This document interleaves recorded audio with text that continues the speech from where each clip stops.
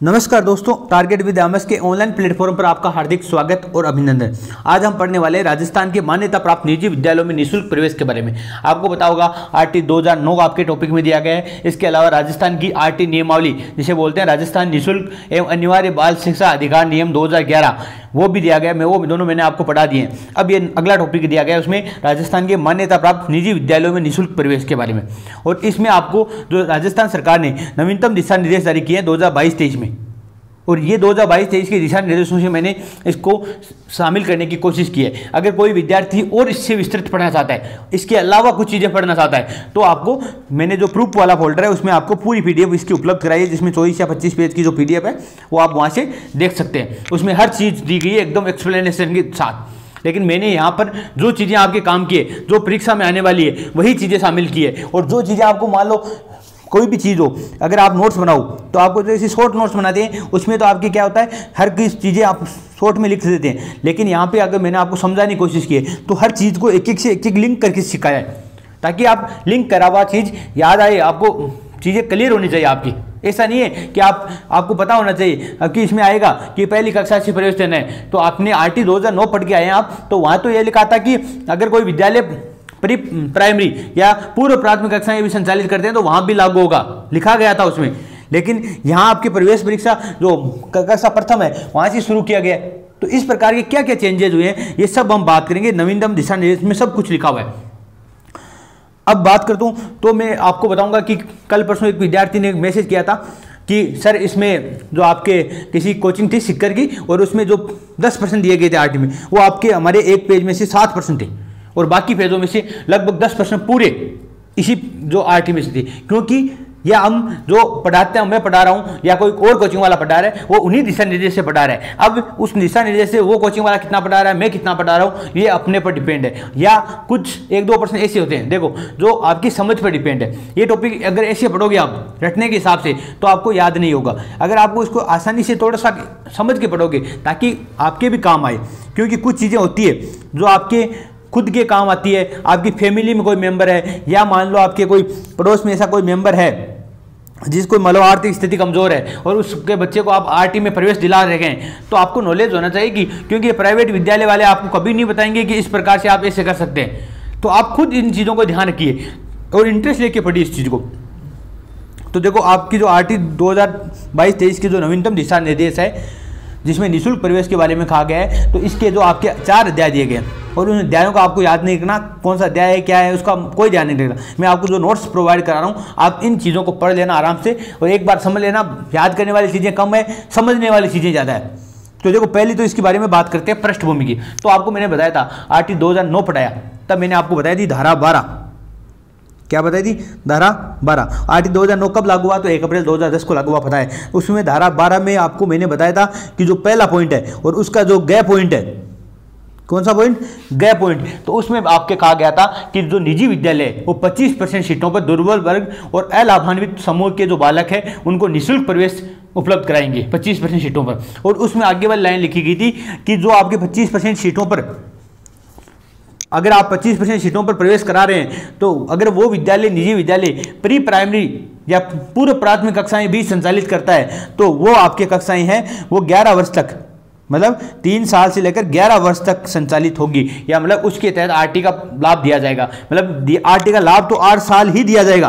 कितने साल? 8 साल। पहले इसे 8वीं तक ले लो, या आप LKG UKG से लेकर आपके पूर्व प्राथमिक से लेकर आप 5वीं कक्षा तक ले लो, कितने ही ले लो, लेकिन प्रवेश आपको 8 साल तक ही सरकार फ्री सुविधा उपलब्ध कराएगी। चाहे आप पूर्व प्राथमिक ले लो, चाहे आप पहली कक्षा से ले लो।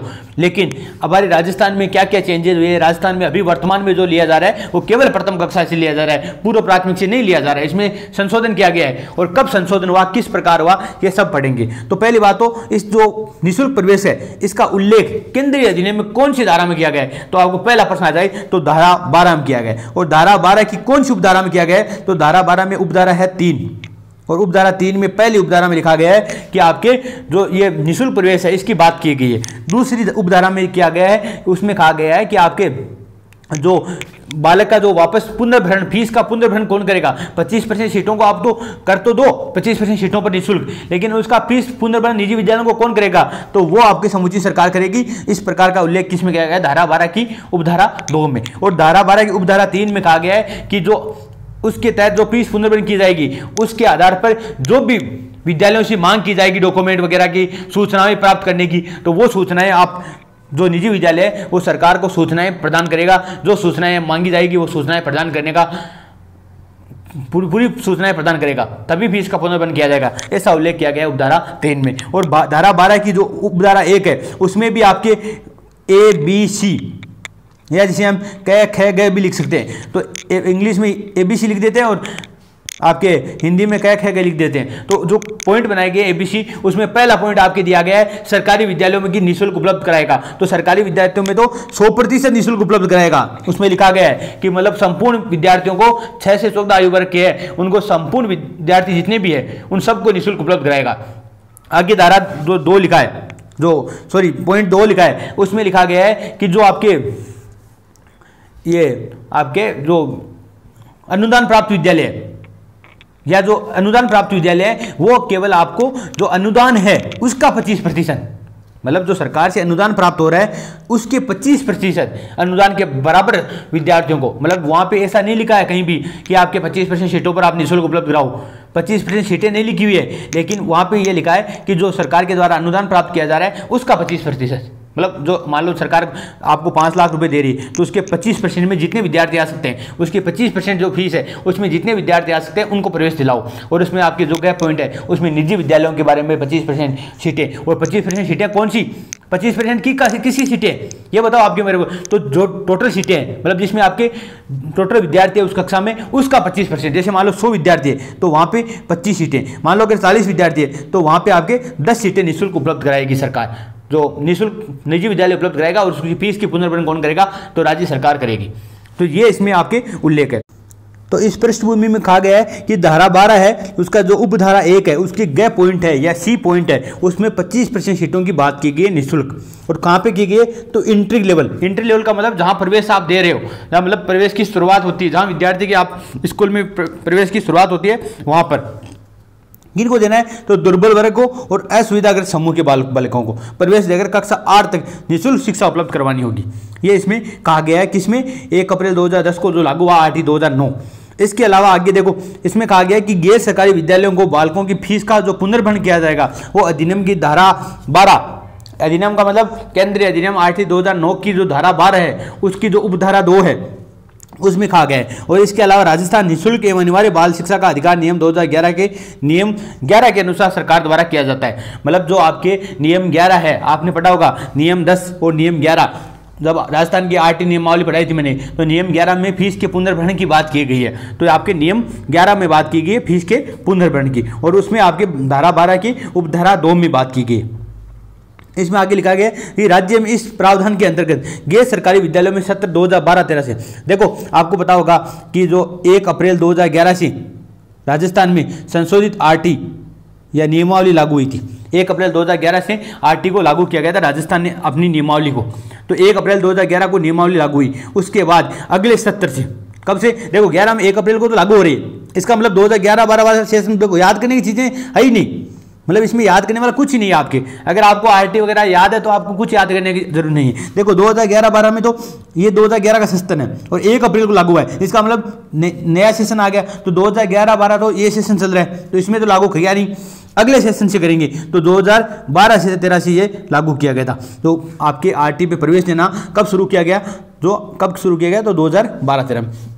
अब देखो 2012-13 में शुरू तो कर दिया गया, लेकिन अभी 2012-13 में शुरू तो कर दिया, लेकिन जो निजी विद्यालय थे वो काफ़ी विद्यार्थी थे और इसमें आपको ऑफलाइन काम में दिक्कत आ रही थी। इसलिए क्या किया गया? 2012-13 में शुरू किया, 1 साल चलाया, अगले साल 2013-14 आया उसमें आपके ऑनलाइन कर दिया सब सिस्टम को। तो ये आप किसी प्रकार के सेशन याद रखने हैं, डेट याद रखनी है बस। 2011-12 में लागू हुआ था आरटी, 1 अप्रैल 2011 को राजस्थान में नियमावली लागू हुई थी।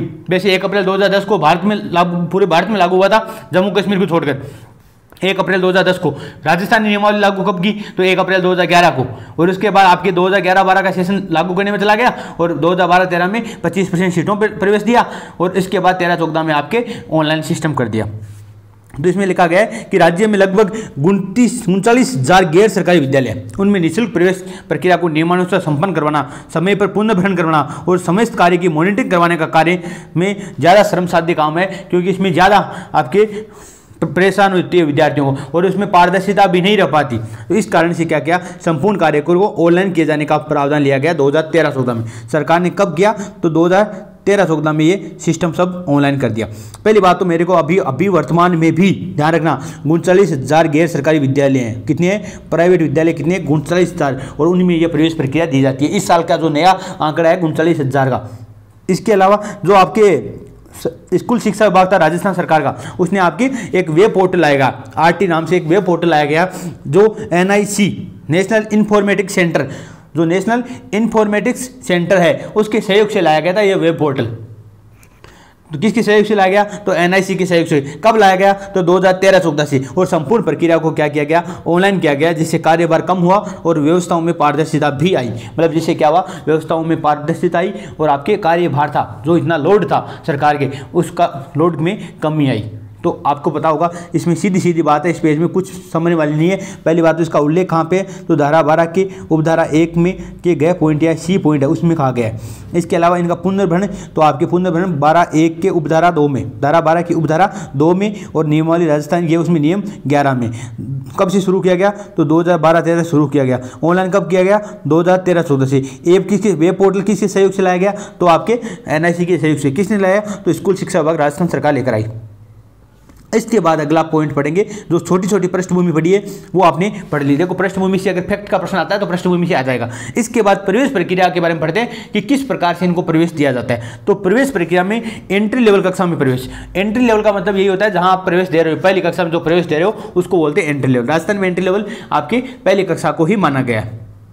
तो प्रवेश परीक्षा में एंट्री लेवल कक्षा में प्रवेश, तो इसमें कहा गया है कि प्रत्येक निजी विद्यालय को अपने विद्यालय की एंट्री लेवल कक्षा में उस कक्षा में प्रविष्ट कुल बालकों की संख्या का 25% सीमा तक। अब देखो मैंने अभी बताया था आपको कि यहाँ पे आपके जो प्रावधान किया गया है वो कुल बालकों की 25% संख्या, जबकि आपको जब आप अनुदान प्राप्त विद्यालय पढ़ेंगे, वहाँ पे गैर सहायता प्राप्त विद्यालय पढ़ेंगे, तो वहाँ आपके सहायता प्राप्त विद्यालय में कहा गया है कि जितने भी जो अनुदान है उसका 25% सीटों पर।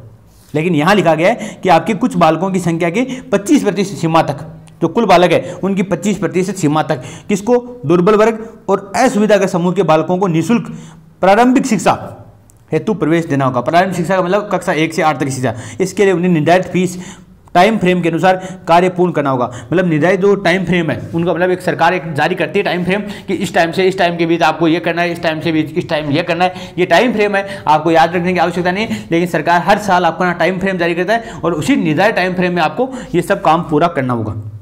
उसमें रखा गया है एक, देखो आपको ये चीज़ें इंपॉर्टेंट है, याद रख लेना, रट लेना इस चीज़ को कि एंट्री कक्षा के संबंध में निदेशक माध्यमिक शिक्षा राजस्थान बीकानेर के आदेश, मैंने आपको बताया था कि जब RT 2009 पढ़ाया था उस समय मैंने आपको बताया था कि राजस्थान की जो RT 2009 है, भारत सरकार का केंद्रीय अधिनियम जो है उसमें धारा 12 है, उसका जो पॉइंट है 12 धारा की उपधारा 1 का गै पॉइंट है, उसमें आपके नीचे एक लाइन लिखी हुई है और उसमें लाइन में ये लिखा गया है कि अगर मान लो निजी विद्यालय प्री प्राइमरी स्कूल की शिक्षा भी प्रदान करता है तो उन्हें 11 वर्ष तक, मतलब 3 वर्ष से लेकर 11 वर्ष तक निःशुल्क शिक्षा उपलब्ध कराएगा, उसमें यह लिखा हुआ है। तो उस समय जब RT लागू हुआ था उस समय अगर कोई विद्यालय मान लो प्री प्राइमरी स्कूल भी संचालित कर रहा है, मतलब पूर्व प्राथमिक कक्षाएं भी संचालित कर रहा था, तो वहाँ पे निःशुल्क प्रवेश पूर्व प्राथमिक कक्षा से दिया जाना था और दिया जाया रहा था। लेकिन जो आदेश आया किसका? बीकानेर निदेशालय का, निदेशक थे बीकानेर निदेशालय के माध्यमिक शिक्षा राजस्थान बीकानेर के आदेश।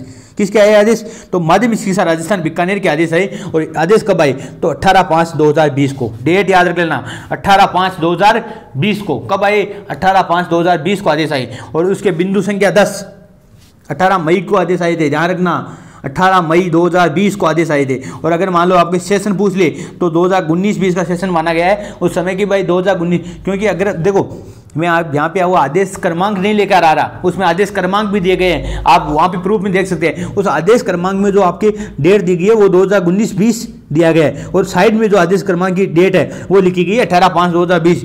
तो आपको सेशन पूछ ली तो 2019-20 का आदेश है, मतलब जो कार्यालयीय भाषा होती है उसमें 2019-20 का आदेश है, लेकिन यहाँ पे 18/5/2020 को ये आदेश आया था। और उसके बिंदु संख्या 10 जो 10 नंबर पॉइंट था आदेश का, उसके तहत कहा गया था कि राज्य में स्थित प्रत्येक गैर सरकारी विद्यालय द्वारा केवल कक्षा प्रथम में आरटी में प्रवेश लेना अनिवार्य होगा, पूर्व प्राथमिक कक्षाओं में आरटी में प्रवेश नहीं ले सकेंगे। इसमें कहा गया था कि कक्षा जो प्रथम है, क्योंकि कक्षा 18 मई 2020 से जो पहले वाले थे विद्यार्थी वो पूर्व प्राथमिक कक्षाओं में भी प्रवेश लेते थे आरटी के तहत, और कब तक पूरी करते थे पढ़ाई, तो 5वीं कक्षा तक उनका फ्री होता था। 8वीं कक्षा में फ्री नहीं होता था, 6वीं 7वीं 8वीं अपने पैसे से पढ़ते थे वो, लेकिन 5वीं कक्षा तक फ्री होता था। और आपके जो नर्सरी, एलकेजी, यूकेजी, जिसमें हम PP3, PP4, PP5 पूर्व प्री प्राइमरी 3+, प्री प्राइमरी 4+ और प्री प्राइमरी 5+, उनमें प्रवेश दिया जाता था। लेकिन जो प्री प्राइमरी फर्स्ट में प्रवेश दिया जाता था तो उसके बाद आपके फर्स्ट में देने की आवश्यकता नहीं पड़ती, लेकिन अभी वर्तमान में केवल कक्षा प्रथम से ही प्रवेश दिया जाता है, इन दिनों में क्लासों में नहीं दिया जाता। तो आपको ये आदेश है 18/5/2022 से 20 से चेंज किया गया है, उससे पहले ये चेंज नहीं था। तो अब आपको पूछ लेगा उसे कि कब से प्रवेश दिया जाता है, तो प्रथम कक्षा से ध्यान रखना, इन कक्षाओं में प्रवेश नहीं दिया जाता। और ये कौन सी है, तो आपकी जो अलग अलग नाम है, आपकी जो एलकेजी बोलता है कोई, यूकेजी, वो कोई नर्सरी, ये सब क्लासें बदलती है, वो आपकी ये है PP3, PP4, PP5। मतलब जो 3 साल का बच्चा है वो इसमें आएगा, 4 साल का बच्चा है वो इसमें आएगा, और 5 साल प्लस का बच्चा है वो इसमें आएगा। मतलब ये आपके जो पूर्व प्राथमिक कक्षाएं हैं, प्री प्राइमरी जो स्कूल्स है उनमें चलती है, तो ये आपके इनमें प्रवेश नहीं ले सका। लेकिन देखो आगे आदेश देखो 70/2022-23 जो 2022-23 के दिशा निर्देश आई। अब आप मेरे को एक बात बताइए, आप एक सोचने वाली बात, एक समझने वाली बात आपके लिए, कि अगर मान लो 2020 में ये आदेश आया, इससे पहले जो मान लो अगर कोई बच्चा है, इससे पहले जो आरटी में प्री प्राइमरी में प्रवेश ले लिया, क्या वो उसकी वो प्री प्राइमरी रद्द कर दी जाएगी? कि मान लो जिसने मान लो PP3 में प्रवेश ले लिया था आरटी के तहत, वो 2019-20 में लिया उन्होंने मान लो, और 19-20 के 20-21 में PP4+ में आएगा, 21-22 में आपके PP5+ में आएगा, और अगले जो 2022-23 का सेशन आएगा, 2022-23 का जो सेशन आएगा उसमें कौन सी कक्षा में आएगा वो, तो उस कक्षा में वो पहली कक्षा में आ जाएगा। किस में आएगा? प्रथम कक्षा में। अब देखो आपको इंटरेस्टिंग बात बताता हूँ यहाँ पे, तो उसमें लिखा गया था कि जो PP5 में अध्ययनरत जो विद्यार्थी है उनको क्रमोन्नत करने के पश्चात, अब मान लो अब 2022-23 में लागू तो कर दिया 2020 में ही, लेकिन 2022 का जो सेशन चालू किया गया उस समय जो मान लो कुछ आरटीसी में प्रवेश पहले से ले चुके थे, क्योंकि 2019-20 में आरटी में प्रवेश ले चुके थे, वो 5वीं से क्रमोन्नत होकर पहली कक्षा में आ रहे थे। मतलब PP+ जो PP5+ है, प्री प्राइमरी स्कूल है, उसकी जो एंडिंग थी वहां से आपके प्रवेश करके पूर्व प्राथमिक से वो प्रथम कक्षा में आ रहे थे, तो वो विद्यार्थियों को प्रवेश देना जो दिया हुआ है पहले से प्रवेश, उनको हटा नहीं सकते सरकार। तो फिर क्या किया गया, उसमें कहा गया कि जो अध्ययनरत PP5 में अध्ययनरत विद्यार्थी है वो क्रमोन्नत होंगे पहली कक्षा में, उसके पश्चात आरटी नियमानुसार यदि कक्षा प्रथम में निःशुल्क प्रवेश है तो सीट्स उपलब्ध है। मतलब अगर पहली कक्षा में सीट बचती है तो उसमें इस तरह तो आवेदन करने वाले बालकों की लोड ट्रेन अनुसार वरीयता क्रम के नियमानुसार प्रवेश दिया जाएगा। मतलब पहली कक्षा में आपके मान लो विद्यार्थी आने हैं और जो पहले से पूर्व प्राथमिक कक्षाओं में पढ़ रहे हैं उसी विद्यालय में, और वो आपके आरटी के तहत इसमें आ रहे हैं, जो पहले से आरटी उन पर लागू है। आरटी के मतलब आरटी का मैं जहाँ पे आरटी नाम ले रहा हूँ तो आपको 25% सीटें वाला आरटी समझना है। तो जहाँ पे मान लो 25% आरटी के तहत वो सीटों पर उपलब्ध है और वो यहाँ आएंगे तो आधी सीटें तो वो खा जाएंगे। मान लो 5 विद्यार्थी तो 5 विद्यार्थी इसमें आ जाएंगे, और मान लो अगर 5 विद्यार्थी ही है तो आप कितना लेना है? 25% लेना है। इसका मतलब टोटल मान लो कक्षा में 20 ही विद्यार्थी है तो 5 तो ये आगे तो नया प्रवेश नहीं देंगे आरटी के तहत। लेकिन मान लो अगर इसमें मान लो जैसे 5 विद्यार्थी है और कक्षा में टोटल विद्यार्थी है 30, और 30 के आधार पर कितना लेना है, तो कम से कम आपके 7 विद्यार्थी कम से कम लेने। तो जैसे मान लो 40 है मान लो, तो 40 में से कितने लेने? 25%, 10 विद्यार्थी लेने। 5 तो यहाँ आगे बचेगी जो 5 सीटें आरटी के तहत। मतलब आपकी जो प्रथम कक्षा है, वापस समझिए, देखिए आपकी जो प्रथम कक्षा है उसमें मान लो आपके टोटल विद्यार्थी हो रहे हैं 40, जो क्रमोन्नत होकर भी आ रहे हैं, जो पूर्व प्राथमिक कक्षाओं से भी आ रहे हैं। जैसे हम मारवाड़ी में बोलते हैं पहली कच्ची पहली, तो वो कच्ची पहली जो पहली मारे आने बे मान लो 5 विद्यार्थी है। कितना विद्यार्थी है? 5 विद्यार्थी। अब मान लो टोटल विद्यार्थी कहता है 40, अब 40 का आधार पर 25% कहता हुआ है, तो 25% तो है 10 विद्यार्थी। 5 विद्यार्थी तो क्रमोन्नत पूरा आ गया, अंक तो सरकार दे रही है फीस। अंत 12 काटना बनी कत्ता बच्चा 5, तो वह 5 पर कहीं हो निःशुल्क प्रवेश दे दो लॉटरी के माध्यम। अब बात है, अब देखो आगे उपलब्ध हो तो इस क्षेत्र में आवेदन करने वाले बालक में लॉटरी अनुसार वरीयता क्रम दिया जाएगा। इसके अगला पॉइंट लिखा गया है, निःशुल्क सीट पर प्रवेश के समय यह ध्यान रखा जाए कि कक्षा प्रथम में क्रमोन्नत एवं नवीन प्रवेशित बालक बालिकाओं में से निःशुल्क सीट पर अध्ययनरत बालक बालिकाओं की संख्या 25% अधिक नहीं हो, परंतु किसी भी स्थिति में क्रमोन्नत निःशुल्क अध्ययनरत छात्रों को निष्कासित नहीं किया जाएगा। यह भी कहा गया है। देखो इसमें कहा गया है कि आपने मैंने बता दिया प्रथम कक्षा है और प्रथम कक्षा में निःशुल्क प्रवेश दिया जाना है, लेकिन मान लो अगर जैसे 5 विद्यार्थी, मैंने अभी बताया था आपकी कि 5 विद्यार्थी तो प्रवेश कर रखे हैं वहाँ पे, कितने विद्यार्थी 5 विद्यार्थी वहाँ पे प्रवेश कर लिया 5 विद्यार्थियों ने, तो पहले से आपके जो प्री प्राइमरी में पढ़ रहे थे 5 विद्यार्थी तो वो आ गए। अब वहाँ पे मान लो आपके विद्यार्थी होते हैं 15 विद्यार्थी होते हैं, कितने विद्यार्थी होते हैं 15, तो आपके पता होगा 15 विद्यार्थियों में से आपके कितने लेंगे 40% लेना है, कितना लेना है 40%, कितने विद्यार्थी लेंगे, तो आपके 15 में से कितने विद्यार्थी होंगे जो 25% लेना है, तो कितने विद्यार्थी होंगे आपके 15 में से, तो आपके ये आपके हो गए 3 से 4 विद्यार्थी। अब 3 से 4 विद्यार्थी लेना है और तो अब इनमें से क्या करेंगे 5 में से बाहर निकालेंगे, नहीं, उसमें लिखा गया है कि अगर मान लो बालक बालिकाओं की संख्या 25% अधिक नहीं हो, ध्यान तो रखना है कि ऐसा ध्यान रखना है कि बालक बालिकाओं की संख्या वो 25% से अधिक नहीं हो, केवल 25% सीटों पर ही देना है निःशुल्क प्रवेश, इससे ज़्यादा नहीं हो। लेकिन इस बात का भी ध्यान रखा जाए कि जो ये आपके पहले से जो आरटी में प्रवेश ले चुके हैं, पूर्व प्राथमिक कक्षाओं में आरटी में प्रवेश ले चुके हैं, उन विद्यार्थियों को बाहर नहीं करना है। मतलब यहाँ से 3-4 की ही आवश्यकता है, लेकिन आपने 5 ले रखा है तो उन 5 को चलने दो, फिर उनको बाहर मत निकालो। तो इसमें लिखा गया है निःशुल्क अध्ययनरत छात्रों को निष्कासित नहीं किया जा सकेगा। इसका अगला पॉइंट लिखा गया है कि किसी गैर सरकारी विद्यालय में कक्षा 1 में नवीन प्रवेशित तथा क्रमोन्नत बालकों की संख्या ही कक्षा प्रथम की कुल प्रवेश संख्या होगी। देखो अब कुल प्रवेश संख्या का निर्धारण किस प्रकार होगा, तो जैसे मान लो गैर सरकारी विद्यालय है उसमें कक्षा प्रथम में नवीन प्रवेशित मतलब नए बालक कितने एडमिशन लिए, और इसके अलावा जो क्रमोन्नत बालक है, क्रमोन्नत कहाँ से होंगे, तो LKG UKG से क्रमोन्नत होकर आएंगे वही बालक, और वो बालक क्रमोन्नत बालक जो उसी विद्यालय में पूर्व प्राथमिक कक्षाओं में पढ़ रहे थे प्लस जो नवीन बालक है, उन दोनों को जोड़कर जो संख्या होगी वो कुल प्रवेश संख्या होगी और उसका 25% लिया जाएगा। प्रवेश के लिए पात्रता क्या क्या है, तो ये नॉर्मल सी बातें हैं जो आपके जैसे आप कोई फॉर्म भर लो तो आप जैसे मान लो नीट का फॉर्म भरने जा रहे हो तो आपको पूछा जाएगा कि कहीं लेट जाना है, तो वो आपको जैसे 10वीं की मार्कशीट, 12वीं की मार्कशीट, ग्रेजुएशन की मार्कशीट, रेट मान लो आप 3rd ग्रेड का फॉर्म भरोगे तो उस समय मान लो रेट का प्रमाण पत्र वगैरह यह प्रकार लेना जाना जाए। उसी प्रकार से इसमें भी कुछ प्रावधान किए गए हैं पात्रताओं के लिए, मतलब कौन कौन से विद्यार्थी पात्र हैं और कौन कौन से विद्यार्थियों के कौन कौन से डॉक्यूमेंट लेकर जाने हैं, इसके बारे में इसमें कहा गया दूसरे पॉइंट में। तो पहला पॉइंट लिखा गया है कि बालक गैर सरकारी विद्यालय के आसपास के परिक्षेत्र कैचमेंट एरिया है उसमें निवास करने वाला होना चाहिए। कैचमेंट एरिया के बारे में मैं आपको बता चुका हूँ SMC में, आप देखना उस वीडियो को। तो आसपास का जो परिक्षेत्र है मतलब जो उसके आसपास का परिक्षेत्र है उसी का विद्यार्थी होना चाहिए।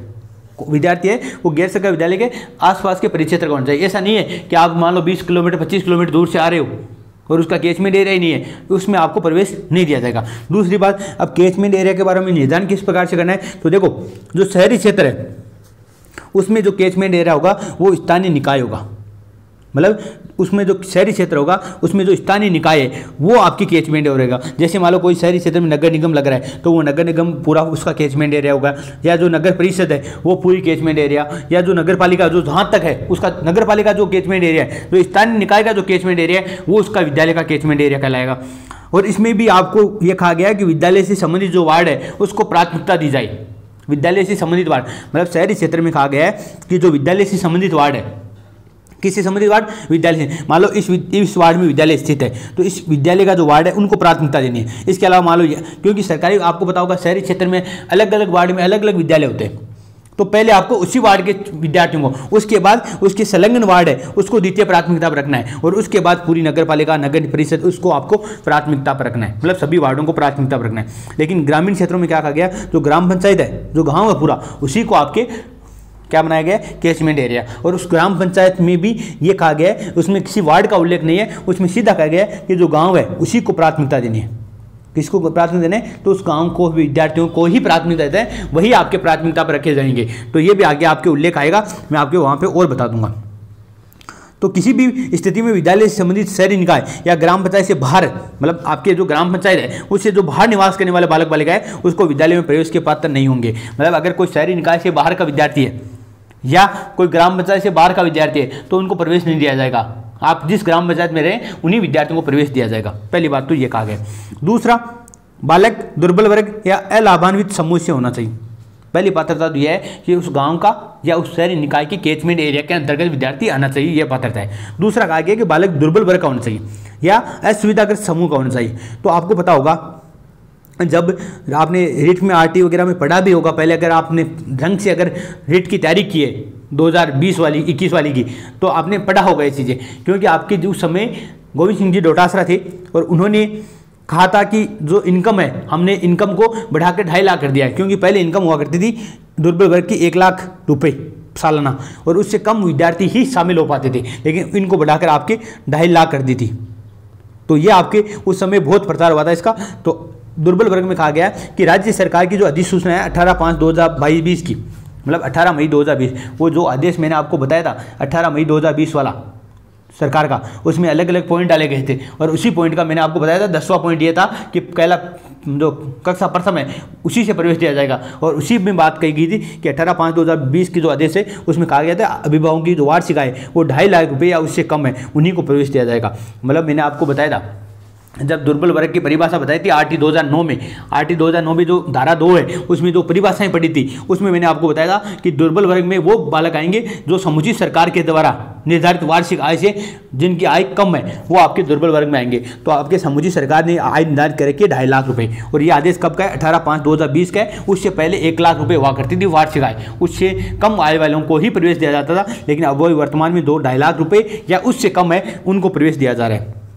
असुविधा के समूह में कौन आते हैं? तो असुविधा के समूह में वो आएंगे कि राज्य सरकार की जो अधिसूचना 18/5/2020 है, जो नवीनतम जो अधिसूचना है, उसके आधार पर कहा गया कि जो एससी बालक है, एसटी बालक है, अनाथ बालक है, एचआईवी या कैंसर से प्रभावित बालक है, या जो एचआईवी या कैंसर से प्रभावित जो माता पिता है उनके बालक है, या युद्ध विधवा के, किसी युद्ध में मान लो कोई विधवा हो गई है, मतलब जिसके पति काम आ गए युद्ध के अंतर्गत, तो उस विधवा के बालक, जो शहीद की मतलब आपकी पत्नी है उनके जो बालक है, या शहीद की जो संतानें हैं वो बालक है। इसके अलावा निःशक्त जो बालक है, या पिछड़ा वर्ग या विशेष पिछड़ा वर्ग उसके बालक है, जिनकी 2.5 लाख से कम आय वाले जो विशेष पिछड़ा वर्ग या पिछड़ा वर्ग के बालक है, या जो बीपीएल सूची में शामिल बालक है, जो बीपीएल सूची भी केंद्र सूची की चाहे बीपीएल हो या राज्य सूची का बीपीएल हो, इन दोनों में से कोई भी बालक को ये असुविधा के समूह में आएगा। लेकिन यहाँ ये ध्यान रखना, पिछड़ा वर्ग या विशेष पिछड़ा वर्ग आता है तो उनकी आय 2.5 लाख से कम होनी चाहिए। तो मैंने आप देखो, अब आप ये मत समझना कि एससी का बालक और ये समझना कि एससी का बालक एसटी का बालक है उनकी आय भी 2.5 लाख से कम हो, ऐसा नहीं है। मतलब या तो दुर्बल वर्ग का हो या असुविधा के समूह का हो, कोई सा भी एक हो, मतलब जिनकी आय 2.5 लाख कम है वो आर्थिक आधार पर पिछड़ा है, या मान लो असुविधा के समूह का भी तो हो सकता है, ये बालक भी तो हो सके। इन बालकों के लिए आय का कोई प्रावधान नहीं, केवल पिछड़ा वर्ग और विशेष पिछड़ा वर्ग के लिए 2.5 लाख से कम आय का उल्लेख किया गया। बाकी इन जैसे अनाथ बालक है तो उनसे कोई आय का स्रोत थोड़ी लेंगे, उनसे कोई स्रोत नहीं लिया जाएगा आय का। तो ये आपके पता होना चाहिए, आपके या तो दुर्बल वर्ग या असुविधा के समूह, इन दोनों में से कोई सी भी कैटेगरी में आ रहा है तो आपके प्रवेश ले सकता है। अगला लिखा गया कि प्रवेश के लिए कक्षा अनुरूप संबंधित पात्रता है। तो अगर जब पहली कक्षा में आप प्रवेश ले रहे हो, फर्स्ट कक्षा में प्रवेश ले रहे हो, उस समय आपकी आयु 5 वर्ष से अधिक और 7 वर्ष से कम, मतलब या तो 5 वर्ष है या उससे अधिक है, और 5 से 7 वर्ष, मतलब 5 वर्ष से अधिक हो और 7 वर्ष से कम हो, मतलब या तो 5 वर्ष का है या 6 वर्ष का या 7 वर्ष का, इससे 20 की अगर आयु है तो आपको प्रवेश दिया जाएगा। और इसकी आयु की गणना है वो हर साल आपके 31 मार्च के आसपास की जाती है लगभग। और अब की बार जो आदेश आया उसमें लिखा गया कि 31 मार्च 2022 को इसकी गणना की जाएगी। मतलब अगर कोई बालक 31 मार्च 2022 को अगर 7 वर्ष पूर्ण कर चुका है तो उन विद्यार्थियों को आरटी के तहत प्रवेश नहीं दिया जाएगा। और मान लो अगर कोई 4 साल का है तो उनको भी 31 मार्च 2022 को 4 साल का हो रहा है तो उसको भी प्रवेश नहीं दिया जाएगा। इसके अलावा चौथा पॉइंट दिया गया कि निःशुल्क हेतु प्रवेश हेतु निवास प्रमाण पत्र, मतलब निवास प्रमाण पत्र क्या चाहिए, पात्रता के लिए निवास प्रमाण पत्र चाहिए, तो वो आपके राजस्थान का निवासी होना चाहिए, तो उसका मूल निवास प्रमाण पत्र। इसके अलावा मूल निवास प्रमाण पत्र नहीं तो आप राशन कार्ड दे सकते हो, राशन कार्ड भी नहीं है तो आधार कार्ड दे सकते हो, आधार कार्ड भी नहीं है तो मतदाता पहचान पत्र दे सकते हो, अगर वो भी नहीं है तो आप ड्राइविंग लाइसेंस दे दो, ड्राइविंग लाइसेंस भी नहीं है तो बिजली पानी का बिल तो आता है वो दे दो, और वो भी आपको 6 माह से पुराना नहीं होना चाहिए। ऐसा नहीं है कि आप बिल दे रहे हो 12 महीने पहले का, ये ऐसा नहीं है। अब मान लो जरूरी थोड़ी आपने 12 महीने पहले का आप बिल दे रहे हो या पानी का बिल या बिजली का बिल दे रहे हो, आप 12 महीने पहले यहाँ रहते थे, अब मान लो कहीं दूसरी जगह जाके बस गए हो, वहाँ का आधार कार्ड वगैरह बना लिया हो, राशन कार्ड वगैरह, तो ऐसा नहीं चलेगा। 6 माह से पुराना होना चाहिए, कम से कम 6 माह से ज़्यादा पुराना नहीं होना चाहिए। 6 माह के अंदर अंदर अगर बिल भरे हो तो सरकार को पता चल जाएगा कि यहीं रह रहा है, मतलब अपन को बिल दे रहा है, इसका मतलब यहाँ निवास कर रहा है।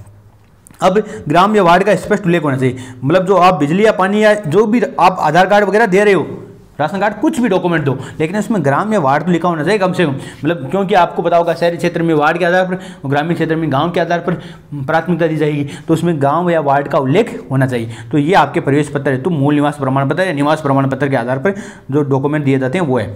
इसके अलावा निःशुल्क प्रवेश हेतु दुर्बल वर्ग या असुविधा के समूह है उससे संबंधित प्रमाण पत्र भी दिया जाता है। प्रमाण पत्र क्या देना है, तो निर्धारित प्रारूप में सक्षम अधिकारी, कोई भी जो आपके प्रमाण पत्र जारी करता है वो जो अधिकारी है उससे, जैसे मान लो तो उसके द्वारा जारी प्रमाण पत्र, जैसे मान लो एससी का है तो एससी वाला प्रमाण पत्र, आय प्रमाण पत्र वाला आय के लिए बना दो। इसके अलावा जैसे एसटी का है तो वो बना दो। अगर मान लो कोई HIV या कैंसर से पीड़ित है या उसके माता पिता पीड़ित है तो कोई भी रजिस्टर्ड जो डायग्नोस्टिक सेंटर है वो आपको रिपोर्ट देगा, उसमें लिखा होगा कि HIV पीड़ित है या HIV पॉजिटिव है या कोई कैंसर पॉजिटिव है, तो वो आपकी रिपोर्ट जमा करा सकते हो। इसके अलावा निःशुल्क प्रवेश हेतु आयु को सबूत का है, तो आपको पता होगा, मैंने बताया बार बार कि जन्म और मृत्यु रजिस्ट्रेशन एक्ट बना हुआ 1969 का, उसके अधीन जो बनाया गया जो जन्म प्रमाण पत्र है वो मान्य है। अगर ये प्रमाण पत्र आपकी जन्म प्रमाण पत्र नहीं है तो आप अस्पताल सहायक नर्स या डाई जिसे ANM बोलते हैं उसका रजिस्टर या अभिलेख से आप प्रमाण पत्र दे सकते हो, या आंगनबाड़ी का कोई अभिलेख दे सकते हो, या आपका आधार कार्ड भी दो तो भी चल जाएगा आपके जन्म प्रमाण पत्र के लिए। लेकिन इसमें लिखा गया है कि दस्तावेज पर जो अंकित जन्म तिथि है को ही अंतिम माना जाएगा, मतलब अगर आधार कार्ड में आपकी गलत जन्म तिथि है तो उसको फिर गलत को ही सही मान लिया जाएगा, फिर आपको उसमें चेंज नहीं किया जाएगा। लेकिन प्रवेश के उपरांत भौतिक सत्यापन से पूर्व बालक का जन्म प्रमाण पत्र बनवाकर विद्यालय में उपलब्ध करवाया जाना आवश्यक हुआ, मतलब जब फिजिकल रूप से जब वेरिफिकेशन करेंगे, फिजिकल वेरिफिकेशन करेंगे उस समय से पूर्व आपका बालक का जन्म प्रमाण पत्र है वो आपको बनवाकर विद्यालय में उपलब्ध करवाना होगा, इसे आगे उल्लेख किया गया है। अब भौतिक सत्यापन वगैरह क्या है आगे हम पढ़ेंगे। इसमें प्रवेश का टाइम फ्रेम क्या है, तो प्रवेश का टाइम फ्रेम का मतलब होगा एक सरकार एक दिशा निर्देश जारी करेगी इस टाइम के अंदर ये सब करना है। तो आपके गैर सरकारी जो विद्यालय है उनमें निःशुल्क सीट पर प्रवेश हेतु संबंधी विभिन्न गतिविधियां, मतलब जैसे आपके कब आप फॉर्म ओपन करेंगे, कब आप मान लो जैसे विद्यालय वाले आपकी उस पर आपत्ति दर्ज कराएंगे, कब उनमें प्रवेश कराना है, कब रिपोर्टिंग करवानी है, कब उनका फीस का पुनः प्रमाण करना है, कब, मतलब ये सब चीज़ें भौतिक सत्यापन किया जाना है, ये सब की आपके टाइम फ्रेम जारी करेगा। और उसमें ये टाइम फ्रेम सभी विद्यालयों के लिए सेम रहेगा, मतलब ये क्या आपके टाइम फ्रेम इसलिए जारी किया जाता है ताकि सभी में एकरूपता बनी रहे, तो एकरूपता की दृष्टि से टाइम फ्रेम जारी किया जाता है। इसके अलावा आवेदन की प्रक्रिया क्या होगी, किस प्रकार से आवेदन करना है, तो आप सीधा PSP पोर्टल पर पंजीकृत गैर सरकारी जो विद्यालय है उसमें आप आवेदन कर सकते हैं। और आपके जितने भी PSP पोर्टल है, जैसे जो साइट है www.rajpsp.nic.in या राजस्थान जो प्राइवेट स्कूल ऐप है उसके माध्यम से आप आवेदन कर सकते हैं। तो इसमें लिखा गया है अभिभावक द्वारा किए जाने वाले कार्य, तो आवेदन की प्रक्रिया मैंने आपको बता दी। PSP पोर्टल बना हुआ, उसमें राजस्थान के जितने भी गैर सरकारी विद्यालय वो आपके डाले गए हैं। तो इसमें प्राइवेट स्कूल पोर्टल है, ये PSP का मतलब प्राइवेट स्कूल पोर्टल।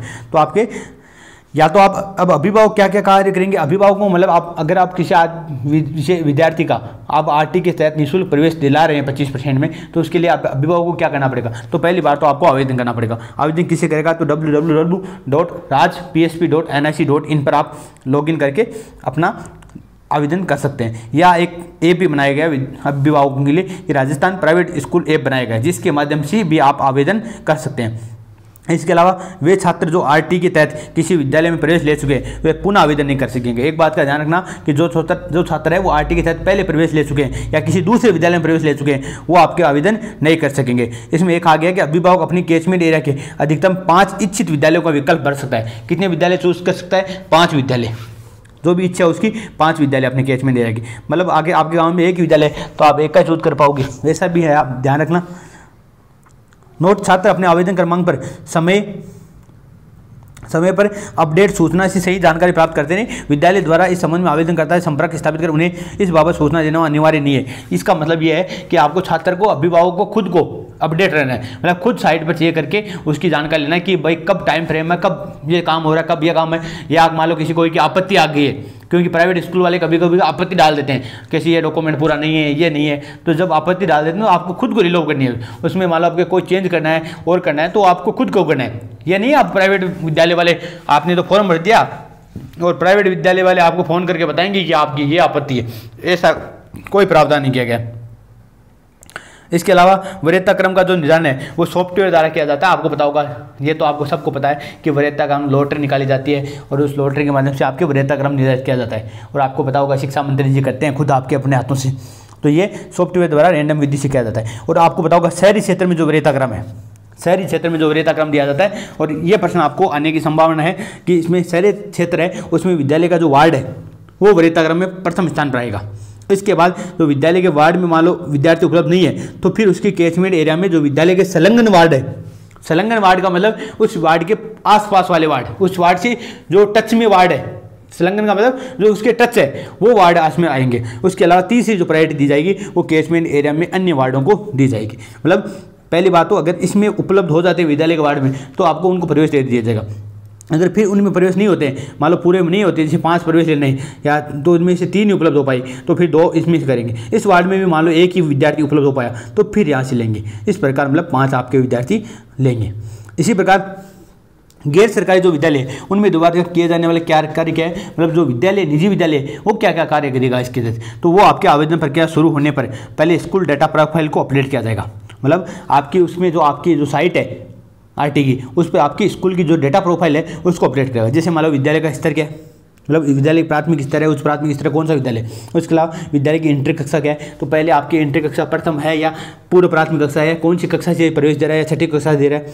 इसके अलावा विद्यालय का नाम क्या है, विद्यालय का वार्ड परिसीमन क्या है, मतलब वार्ड के अंतर्गत कौन कौन सी जगह आती है। इसके अलावा रियायती दर पर अगर भूमि आवंटन हुआ है, मतलब सरकार कुछ सरकार है जो राज्य सरकार है वो आपके जो निजी विद्यालय हैं उनको रियायती दर पर मतलब कुछ कम दर पर कम रेट पर आपके भूमि के आवंटन करती है या कोई मान लो बिल्डिंग बनाने के लिए पैसा आवंटन करती है, तो अगर वो भी दिया गया तो आप वो भी बता सकते हैं। इसके अलावा मान्यता संबंधी सूचना, मतलब मान्यता किस प्रकार से दी गई है, कौन से नंबर मान्यता नंबर क्रमांक क्या है, वो सब सूचना है आपको जो आरटी प्रोफाइल है आपकी या स्कूल डेटा प्रोफाइल है उसमें आपको अपडेट करना होगा। इसके अलावा कहा गया है कि गैर सरकारी जो विद्यालय है उनमें रिपोर्टिंग करने के लिए 2 अवसर दिए जाएंगे। मतलब गैर सरकारी विद्यालय में आप रिपोर्टिंग करें तो इसमें आपको 2 अवसर दिए जाएंगे। पहला चरण में तो सभी आवेदनकर्ता इच्छित विद्यालय में रिपोर्टिंग कर सकेंगे, जिनका मतलब चयन हो गया वो आपके इच्छित जो विद्यालय है उसमें रिपोर्टिंग कर सकेंगे। द्वितीय चरण में वे बालक जिन्होंने पूर्ण रिपोर्टिंग नहीं की है तो जो अब तक प्रवेश से वंचित है, शेष 4 विद्यालयों में किसी एक में अतिरिक्त रिपोर्टिंग करना चाहते हैं तो रिपोर्टिंग कर सकते हैं। मतलब पहले 5 विद्यालयों का इच्छित चयन करेंगे, उसमें से मान लो आपके इच्छित चयन में 5 में आपके कोई किसी का चयन हो गया तो फिर आप उसमें से किसी एक विद्यालय में आपकी रिपोर्टिंग कर सकते हैं। अगर मान लो किसी विद्यार्थी का मान लो पहले चयन हो गया फिर भी उसने रिपोर्टिंग नहीं की है और अब तक भी आरटी से वंचित है तो फिर क्या करेगा, उन 4 विद्यालयों में से किसी एक में अतिरिक्त रिपोर्टिंग करना चाहता है तो रिपोर्टिंग कर सकेगा। मतलब 2 अवसर दिए जाएंगे। ऐसे बालकों का किसी एक विद्यालय में निःशुल्क सीट पर चयन होने पर पोर्टल द्वारा दोनों विद्यालयों में से बालक का लॉटरी वरीयता क्रमांक हट जाएगा। मान लो 5 विद्यालयों में उसने रिपोर्टिंग की है और 5 विद्यालय में उसका चयन हो रखा है। कितने विद्यालय में? 5 विद्यालय में। और उसने मान लो इस पहले विद्यालय में आपके रिपोर्टिंग कर दी तो फिर 4 विद्यालय जो अन्य विद्यालय हैं जितने भी, तो उन विद्यालयों से लॉटरी वरीयता क्रमांक हट जाएगा, ये कहा गया है। इसके अलावा कहा गया है कि जो विद्यालय है वो रिपोर्टिंग करने वाले छात्रों के दस्तावेज की जाँच करेगा। विद्यालय क्या करेगा, जो विद्यार्थी रिपोर्टिंग कर रहे हैं विद्यालय में, मतलब जो रिपोर्ट कर रहे हैं विद्यालय में, जो प्रवेश ले रहे हैं उनकी छात्रों के जो दस्तावेज है उनकी जांच करेगा। प्रथम चरण में दस्तावेजों की जांच लॉटरी वरीयता क्रम के अनुसार की जानी है तथा द्वितीय चरण में दस्तावेजों की जांच फर्स्ट चेक के आधार पर की जानी है। इसका मतलब यह हुआ कि जो विद्यालय रिपोर्टिंग करेगा वो छात्रों के जो दस्तावेज की जांच है वो पहला चरण होगा। जब पहला चरण है तो उसमें तो वरीयता क्रम के अनुसार आएंगे विद्यार्थी, लॉटरी में जो वरीयता क्रम है उसी के आधार पर आएंगे। लेकिन जो दूसरा चरण है उसमें रिपोर्टिंग कभी भी कर सकता है, तो फर्स्ट चेक मतलब जो पहले आएगा उसकी पहले चेक कर दी जाएगी। तो अगला पॉइंट लिखा गया, आवेदनकर्ता द्वारा अपलोड किए गए जो दस्तावेज है उनकी जांच में संबंधित विद्यालय द्वारा गलत आक्षेप लगाकर आवेदन निरस्त या करेक्शन करने की शिकायत आवेदनकर्ता द्वारा संबंधित CBO chief block education officer कार्यालय में प्रस्तुत की जाएगी। सीबीओ कार्यालय द्वारा परिवर्तन स्थान की कार्यवाही शीघ्रता पूर्ण की जाएगी। इसमें कहा गया है कि आपको पता होगा कुछ विद्यालय क्या करते हैं, उनके अपने सगे संबंधियों को या मतलब ऐसे विद्यार्थी जैसे मान लो कोई प्राइवेट विद्यालय है उसमें 3 बालक पढ़ रहे हैं तो वो क्या करेंगे, एक बालक का तो आपके निःशुल्क, उन बालकों 3 बालक पढ़ रहे हैं एक परिवार से तो उनको कह देंगे हम 2 बालकों की फीस लेंगे, एक बालक को निःशुल्क कर देंगे। वो निःशुल्क क्या करेंगे, उसको आरटी के तहत कर देंगे, तो आरटी के तहत सरकार से फीस ले लेंगे। तो ऐसे भी कई केस चलते रहे हैं प्राइवेट विद्यालय में, आपने देखा होगा काफ़ी चीज़ें ऐसे हैं। तो सरकार ने क्या कहा है, सरकार ने कहा है मान लो अगर ऐसा कोई गलत फिर क्या करेंगे तो आपको उनको प्रवेश देना है। तो जो विद्यार्थी मान लो जिन्होंने मान लो स्कूल से जुड़े हुए नहीं है और वो आपके प्रवेश लेना चाहते हैं या स्कूल में मान लो पहले से आपके एक विद्यार्थी पढ़ रहा है और सरकार नहीं चाहते कि वो इसका एडमिशन हो निःशुल्क के तहत, तो फिर क्या करेंगे वो आपके उसके गलत आक्षेप लगाकर उसका क्या करेंगे, निरस्त कर देंगे फॉर्म। तो अगर मान लो ऐसा कोई करता है और उसके खिलाफ आप जा सकते हैं शिकायत करने, कहाँ जाएंगे तो सीबीओ कार्यालय जो चीफ ब्लॉक एजुकेशन ऑफिसर है आपके मुख्य खंड शिक्षा अधिकारी है, उसके कार्यालय में आप प्रस्तुत शिकायत कर सकते हैं। सीबीओ कार्यालय द्वारा परिवेदन निस्तारण की कार्यवाही यथाशीघ्र पूर्ण की जाएगी। मतलब ऐसा कोई विवाद आता है तो सीबीओ है, कार्यालय है, वो इस प्रकार की आपकी निस्तारण करेगा जो भी शिकायत आई उसकी। यदि सीबीओ द्वारा किसी विद्यार्थी के निरस्त या करेक्शन किए गए आवेदन की कार्यवाही को गलत पाया जाता है, अगर सीबीओ को पता चलता है कि इस प्राइवेट विद्यालय वाले ने, जो संस्था प्रधान है, उन्होंने ये गलत कार्यवाही की है और इसके गलत आक्षेप लगाकर इसका निरस्त किया फॉर्म, तो संबंधित सीबीओ विद्यालय के विरुद्ध की गई अभिशंसा के आधार पर विद्यालय के विरुद्ध राजस्थान गैर सरकारी शैक्षिक संस्था अधिनियम 1989 और नियम 1993 के अनुरूप कार्यवाही की जाएगी, अनुशासनात्मक कार्यवाही की जाएगी। आपको मैंने बताया था आपको, जो प्राइवेट संस्थाएं जितनी भी होती है वो उनका आपका जो रजिस्ट्रेशन होता है वो आपके किस के तहत होता है, तो राजस्थान गैर सरकारी शैक्षिक संस्था अधिनियम 1989 और नियम 1993 के तहत होता है और उसी के तहत उन पर कार्रवाई की जाएगी। इसके अलावा मैंने आपको बता दिया अभिभावक क्या कार्य करेगा, विद्यालय क्या कार्य करेगा और अब सीबीओ क्या कार्य करेगा। तो आपको पता होगा सीबीओ या जो जिला शिक्षा अधिकारी मुख्यालय है, मतलब या तो CBO chief block education officer, मुख्य खंड शिक्षा अधिकारी, या जो जिला शिक्षा अधिकारी का जो कार्यालय है वो क्या कार्य करेंगे, तो इसमें जो सीबीओ है या डिस्ट्रिक्ट एजुकेशन ऑफिसर, जिला शिक्षा अधिकारी का जो हेडक्वार्टर है, उस कार्यालय में 3 सदस्यीय कमेटी का गठन किया जाएगा। कितनी सदस्यीय कमेटी का? 3 सदस्यीय कमेटी का। इसमें एक तो होंगे जिला शिक्षा अधिकारी खुद डीओ, एक होंगे अतिरिक्त जिला शिक्षा अधिकारी ADO, additional district education officer, इसके अलावा एक होंगे आरटी प्रभारी या जिसे कनिष्ठ सहायक हो सकते हैं या एमआईएस बोलते हैं। ये कमेटी आरटी परियोजनाओं के निस्तारण संबंधी कार्य का संपादन करेगी। ये क्या करेगी? ये कमेटी क्या करेगी? तो आरटी की जो परियोजनाएं हैं, जो आरटी की जो शिकायतें आ रही है उनके निस्तारण संबंधी कार्यों का संपादन करेगी। मतलब अभी मैंने बताया था कि आरटी परियोजनाओं का निस्तारण करेगी, तो आरटी के संबंध में जितनी भी शिकायतें आ रही है उनका निस्तारण का कार्य कौन करेगी? तो यह कमेटी करेगी। कमेटी कहाँ बनेगी? तो सीबीओ में बन सकती है या डिस्ट्रिक्ट एजुकेशन ऑफिसर का जो हेडक्वार्टर है वहाँ पे बन सकती है। कितने सदस्य होंगे? 3 सदस्य, एक जिला शिक्षा अधिकारी, एक अतिरिक्त जिला शिक्षा अधिकारी, एक आरटी प्रभारी होगा। इसके अलावा विद्यालय प्रोफाइल है उसको संबंधित सीबीओ डीओ हेडक्वार्टर द्वारा अपने लॉगिन में देखा जा सकता है। मतलब जो विद्यालय प्रोफाइल करेगा, मतलब विद्यालय आपकी डिटेल भरेगा, वो कौन देख सकता है? तो सीबीओ कार्यालय या डिस्ट्रिक्ट एजुकेशन ऑफिसर का जो हेडक्वार्टर है, जिला शिक्षा अधिकारी का जो हेडक्वार्टर है, वहाँ पे अपने लॉगिन में देखा जा सकता है।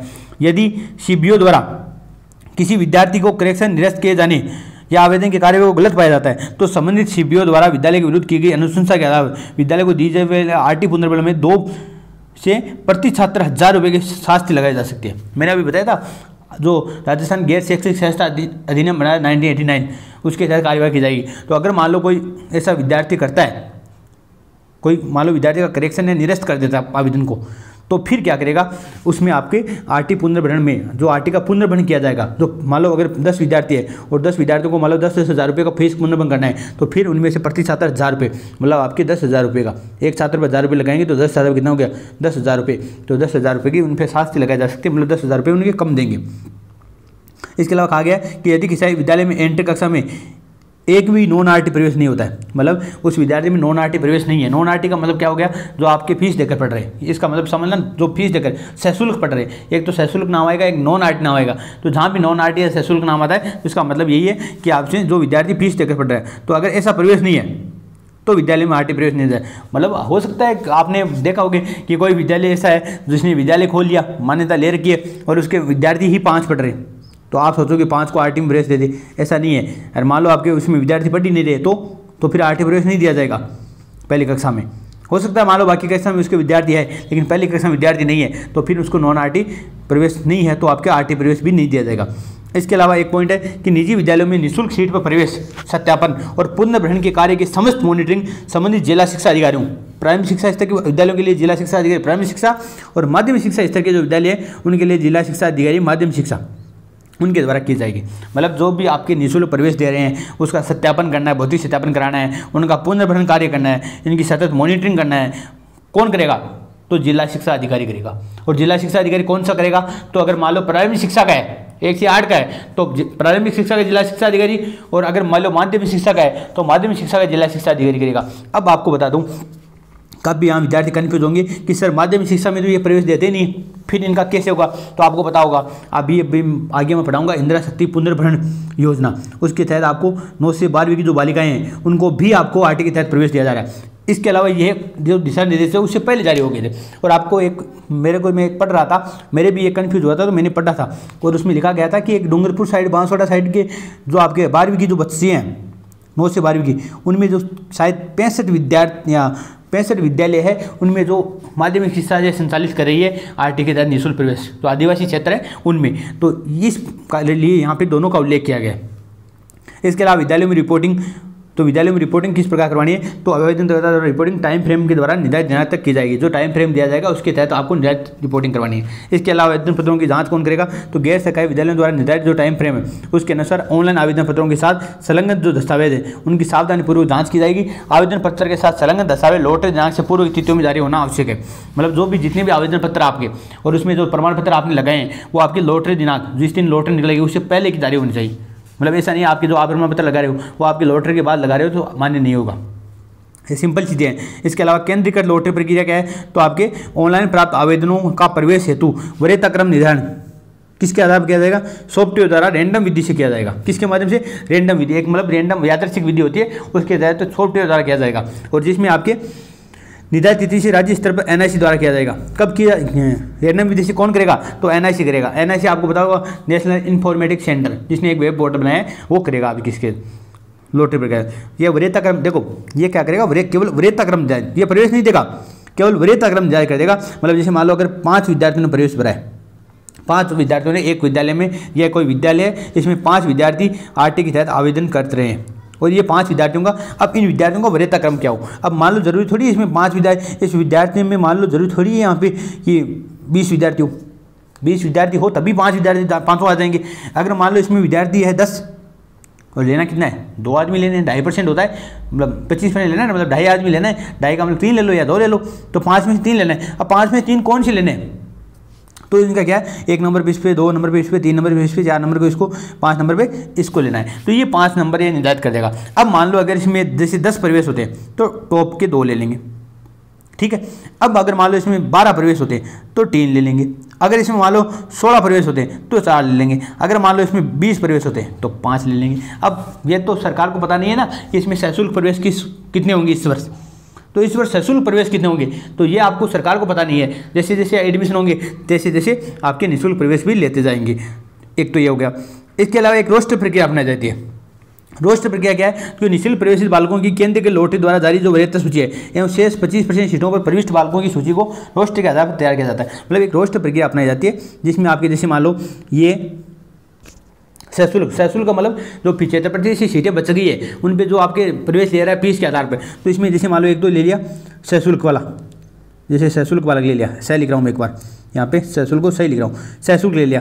दूसरा बच्चा भी सशुल्क ले लिया, तीसरा बच्चा निःशुल्क ले लिया, चौथा बच्चा सशुल्क ले लिया, 5वां सशुल्क ले लिया, 6वां सशुल्क ले लिया, 7वां निःशुल्क ले लिया, 8 मतलब इस प्रकार से एक सेट किया जाएगा। अगर मान लो आपके 2 बच्चे सशुल्क वाले आ रहे हैं तो आप तीसरा निःशुल्क ले सकते हैं। एक मतलब इसमें ऐसे सेट किया जाएगा, एक रोस्टर प्रक्रिया अपनाई जाएगी जिसके तहत इनका आपके जैसे जैसे विद्यार्थी सशुल्क वाले आएंगे तैसे तैसे आपके ये निःशुल्क प्रवेश दिया जाएगा। इसके अलावा गैर सरकारी विद्यालयों में भौतिक सत्यापन प्रक्रिया क्या होती है और इसके आगे आपके जो पुनर्ग्रहण किया जाएगा वो क्या है, इसके आधार पर हम आगे पढ़ेंगे अगले वीडियो में, नेक्स्ट वीडियो में। आज के लिए इतना ही, धन्यवाद। जय हिंद, जय भारत।